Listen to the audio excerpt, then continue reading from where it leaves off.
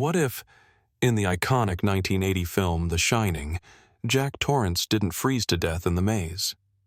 What if he walked out, calm, alive, and somehow guided by the hotel itself?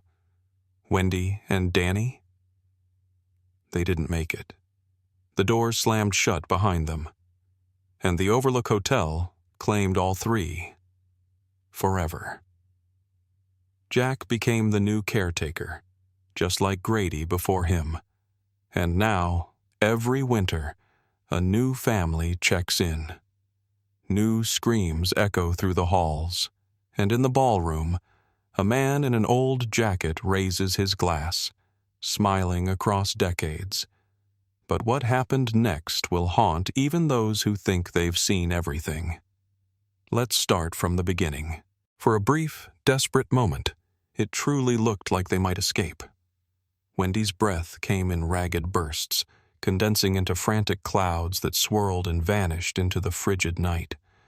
The snow was thick beneath her boots, slick and uneven, grabbing at her feet like icy hands. She gripped Danny's wrist so tightly it must have hurt, but he didn't cry. He couldn't afford to. They had heard the footsteps behind them, heavy, deliberate, maddeningly steady. Jack was close, too close. The hedge maze loomed around them, monstrous and shifting, its frozen walls echoing with the crunch of pursuit. Danny tried to match her pace, but his little legs were no match for terror and terrain. He stumbled, fell to one knee, then let out a soft yelp as his ankle twisted. "No, no, no," Wendy whispered, dropping to his side. Her gloved fingers clawed at his parka, pulling him up with mother strength. "You have to run, baby. Just a little more." But then, a sound. Not a growl, not a shout. Just breath. Slow, wet, unstoppable. She turned. Jack's silhouette emerged from the snow fog like a statue carved from nightmare. His flannel shirt was darkened with sweat and blood, though neither seemed to bother him. The axe in his hand caught the moonlight. No frost clung to it. No frost clung to him. His skin wasn't blue. His lips weren't numb. He hadn't frozen. He hadn't slowed. Jack Torrance had kept walking. "Danny, run!" Wendy screamed, shoving her son away with both hands. And then Jack lunged. But he didn't stumble or slip like he had in the hallway. He didn't howl or rant. He moved with purpose.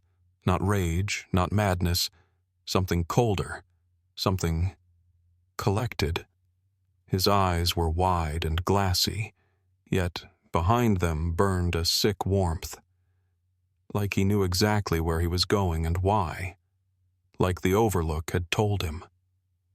The axe rose. The snow drank.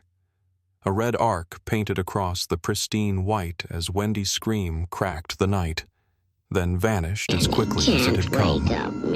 Danny screamed. He ran. He ran without looking back. But the maze was no longer his ally. I think it might be Twists that once saved him now betrayed him. Paths he thought he remembered curved into impossible angles. Every shadow seemed to whisper. Every crunch of snow beneath his boots was echoed by one slower, heavier, closer. He ducked between two hedges and slid down behind a drift, gasping. His breath clouded before him, and for a moment, just a moment, he thought he might be safe. Then came the warmth. Not fire, not breath. A presence. Behind him, a shadow that stretched across the snow, blocking out the moonlight. Danny turned his head, trembling. Jack stood above him. You didn't let me finish my sentence. No longer tired. The axe rested on his shoulder. Got a big His face was oddly surprise calm, coming to you. twisted in a paternal smile, but the smile didn't reach his eyes. Puffy, isn't it? You didn't really think you could run from your father, did you? Delbert He Grady. whispered almost lovingly. The boy didn't answer. Always been His voice had retreated somewhere deep, deeper than terror. Jack raised the axe again, and and the snow turned red once more. Weeks passed.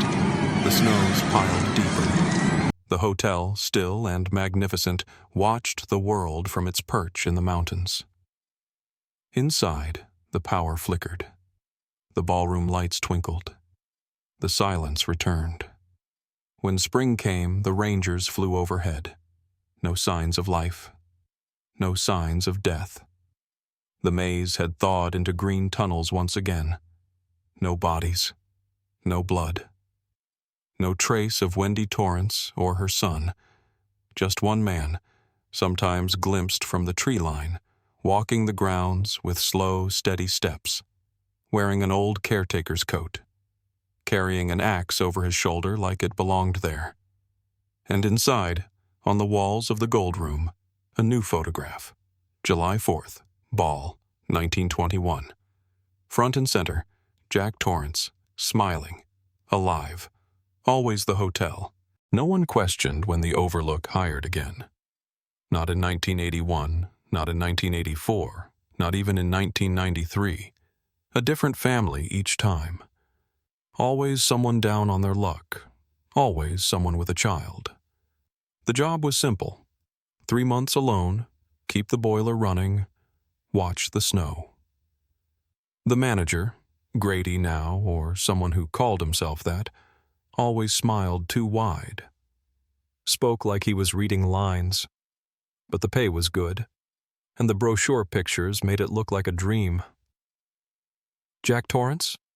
They sometimes asked. Wasn't he the guy who... But the records were gone. The newspapers had retracted the story. The police report had been misfiled. And besides, the hotel was pristine. Clean halls, warm fireplaces, not a drop of blood. What wasn't in the brochure was room 237, or the mirror in the gold room, or the whispers in the pipes at night, or the man with the deep voice who sometimes sat in the ballroom, laughing into empty glasses, staring at you like he'd known you forever. Wendy sat in silence now. Not quite herself. Her hair had gone white. Her eyes were glazed, but open. She wandered the west wing, sometimes singing lullabies, other times crying. Danny had grown tall, but not right. He didn't speak anymore, just wrote in the air with invisible chalk, words that no one could read, except Jack. Jack understood. He wore the old caretaker's jacket now, trimmed the hedges, repaired the woodwork, spoke to guests who weren't there. But always, every winter, he greeted the new family with a smile. "Welcome to the Overlook," he'd say. "You'll find the peace you're looking for." And every year, he meant it more. The hotel fed on repetition, on the illusion of safety. A cycle that seemed almost kind. Until the second week, when the voices started. Until the third week, when the mirrors lied. Until the fourth, when the child would scream, and the mother would scream louder, and Jack would answer, every time. The hotel liked tradition. By 2025, the Overlook had been closed for decades, or so they said.